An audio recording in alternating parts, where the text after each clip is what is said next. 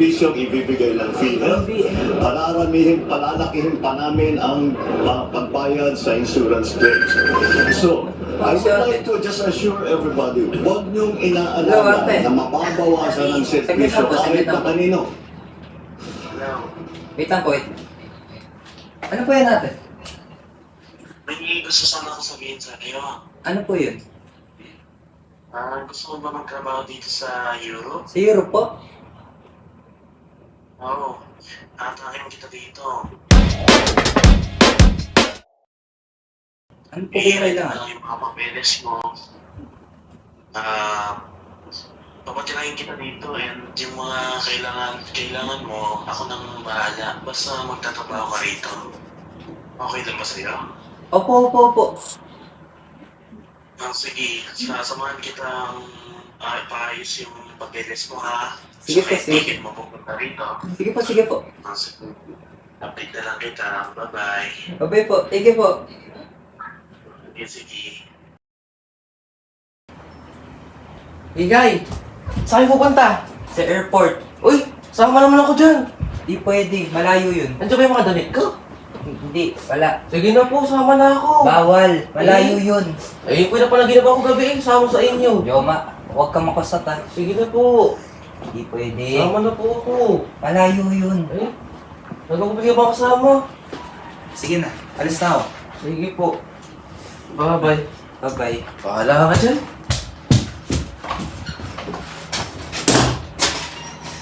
Ano lagi,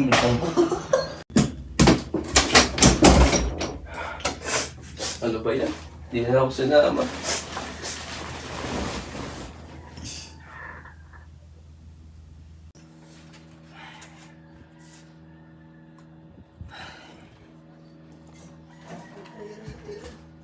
OFW, isang katagang tumatatak sa atin sa mga nakakarang dekada. Overseas Filipino workers. Ito ay nakatakda sa ilang mga Pilipino, maybe dahil sa negative reasons or positive reasons, na naghihikayat o nagtutulak sa kanila upang mag-ibang bansa.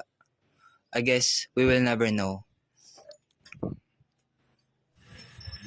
Alam naman natin na hindi madali ang mga ibang bansa. Lalo na't maraming panganib sa ibang lugar sa kanilang pupuntahan.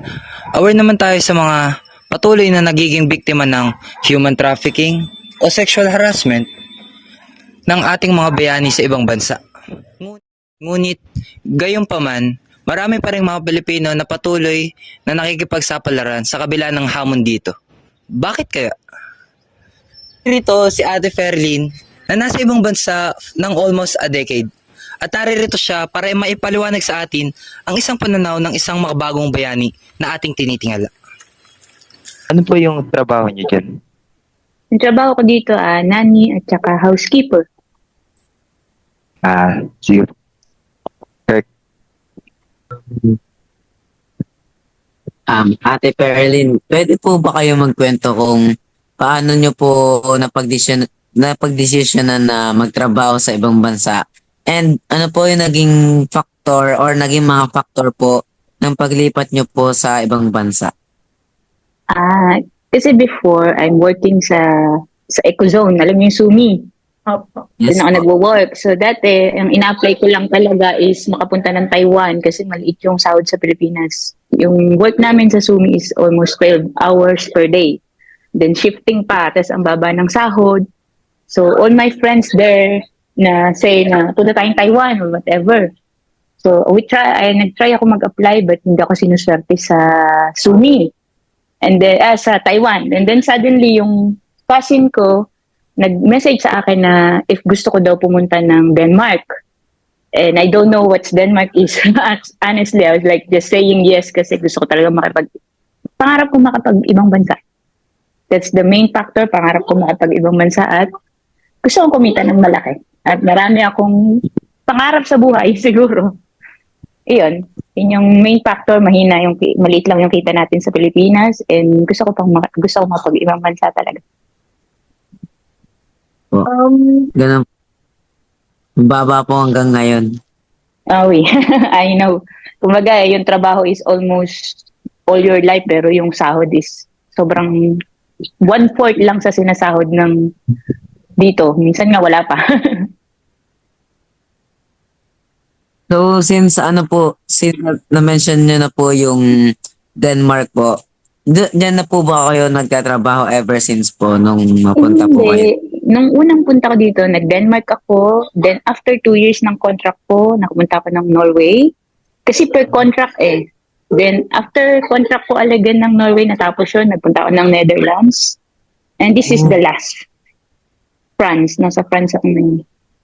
Oh, wow! And ano po, sa 4 na bansa po na napuntahan nyo, friends ng dalawang living. Difference ng mga lugar. Duma, Jacobin Duma. Ang yung difference siguro, ngayon kasi, palibasa, before kasi nakatira pa ako sa family where I work. Dun sa mga Denmark, Norway, it's just like kasi parang cultural exchange yung first work ko. Parang I live with them, so I can exchange our culture and they can exchange their culture sa atin. So ang binibigay doon, hindi siya talaga sahod, allowance lang. And then now here in France, I work as a worker now. I have my own apartment. I pay everything. I'm just coming to the house of my employer to work, and then I leave. And that's it. That's what I do. But before, I live with the family. So now it's like more independent in France than before. Kung Tsaka- ikukumpara mo naman po sa Pilipinas yung mga bansa po, ano po yung differences ng dalawa or yung mga bansa pong napuntahan niyo? Sobrang laki ng difference ng Pilipinas sa dito. Parang everything is different. Lahat. Transportation, way of living, way of people's living. Everything is different. They're more advanced than in our country. At saka mas magaan yung buhay dito kaysa sa atin sa Pinas. But mas masaya sa Pinas kasi kasama ang pamilya.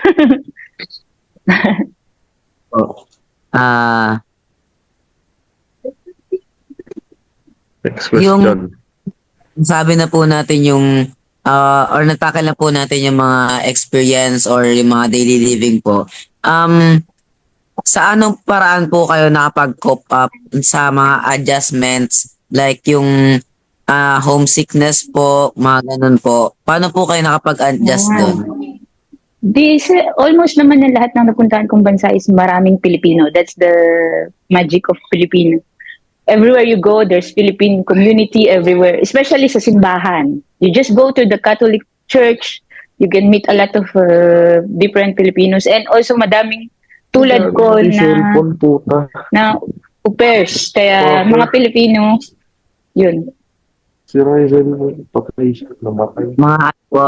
So yung mga yung mga ibang kabayan po natin yung nagsilbing parang tumulong po sa inyo makapag-cope up. Yeah. Tsaka sa Denmark kasi mostly may family kami.